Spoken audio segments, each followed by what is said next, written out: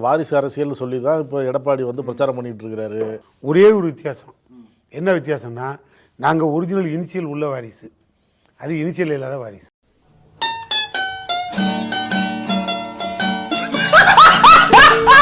இல்லைண்ணே, அதைத்தான் எடப்பாடி சொல்றாரு. யாரோ ஒருத்தர் எங்கிருந்தோ ஒருத்தர் வந்து அதிமுகவோட தலைமையில உட்கார முடியும், திமுகவில் அப்படி யாரும் உட்கார முடியாதுன்னு இதை வச்சு தான் சொல்றாரு.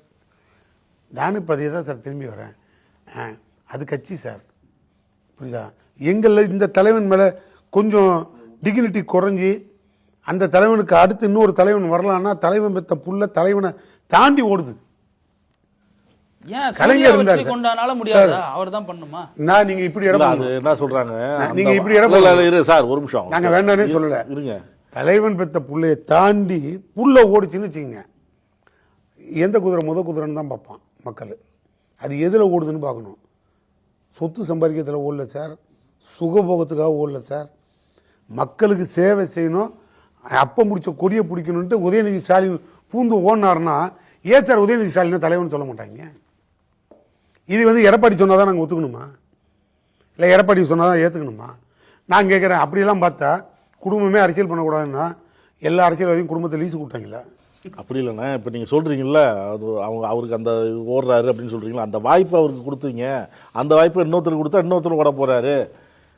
அவர் வர்றதுக்கு முன்னால், உதயநிதி ஸ்டாலின் வர்றதுக்கு முன்னால் நிறைய குதிரை ஓடிட்டு தான் இருக்குது.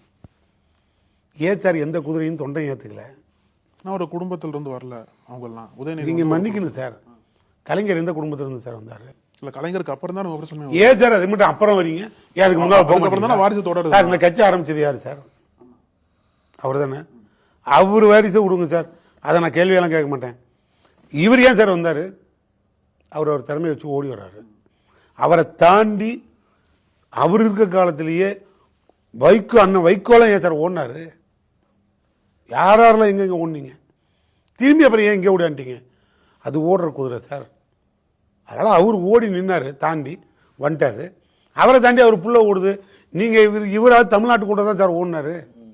ஃபோக்கஸ் லைட் எங்கே இருக்கு? இவராது தமிழ்நாட்டு கூட தான் ஓடினார். அவர் உதயநிதியோட ஜாதகத்தை பாருங்கள். ஜாதகம்னு நீங்கள் பகுத்தறிவு பேசுகிறேன், நீ அப்படியே அதை பார்க்குறேன், நான் கோடு வேடு தான் சொல்கிறேன். இவரை பாருங்கள், இவர் வந்து உள்ளே விழுந்த நேரம் மோடியே டவுச்சர காணான்னு தேடிட்டு இருக்காரு. இதுக்கு என்ன பண்ணுவீங்க நீங்கள்? இது என்ன நீங்கள் யோசிச்சு பாருங்கள். இந்தியா முழுக்க அவர் பேரில் கேஸ் இருக்குது. சமூக நீதினு சொல்லிட்டு ஒரே ஒரு வரியை வச்சு க்ளோஸ் பண்ணிட்டு போயிட்டார். சனாதனம்னு ஒரு வரியை சொல்லி இந்தியா ஃபுல்லாக கேஸ் வாங்கிட்டு போயிட்டார். இப்போ இந்தியாவில் அத்தனை கோர்ட்டும் தனியாக ரூம் போட்டு தேடிக்கிட்டு இருக்கான். என்ன அது சனாதனத்தில் என்னதான் இருக்குது, இதை ஏன் இருந்தாலும் கொசுன்னு சொல்கிறாரு, ஒழிக்கணுன்றாரு அப்படின்னா, அப்போ இது எவ்வளோ பெரிய ஒரு வளர்ச்சி இது. அப்போ ஏன் நீ இதை வந்து மற்றவங்க செய்யலைங்கிற தான் சொல்லுங்க. அந்த வாரிசு அரசியல் சொல்லி தான் இப்போ எடப்பாடி வந்து பிரச்சாரம் பண்ணிட்டு இருக்கிறாரு. மோடி அதான் சொல்ல போறாரு. ஏற்கனவே இப்போ நாடாளுமன்ற தேர்தலில் அதான் சொன்னாங்க.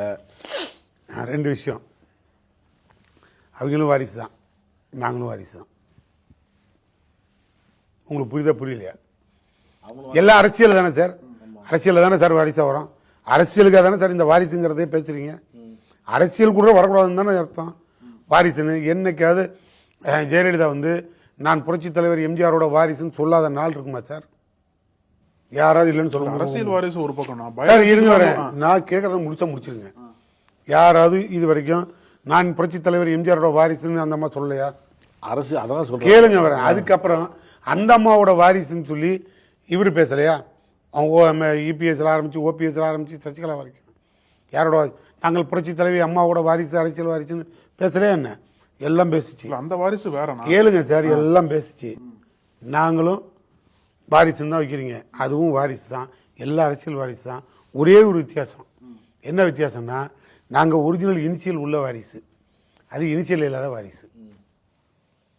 அங்கதானே அது பிரச்சனையா வருது. இல்ல மாற்றி விட்டு ஏற்கனவே பல பிரச்சனை ஓடுது. எங்களது என்ன ஒரிஜினல் இனிஷியல் உள்ள வாரிசு, அது இனிஷியல் இல்லாத வாரிசு. சரி, அது கிராமத்தில் இருக்கவனுக்கு புரியும்.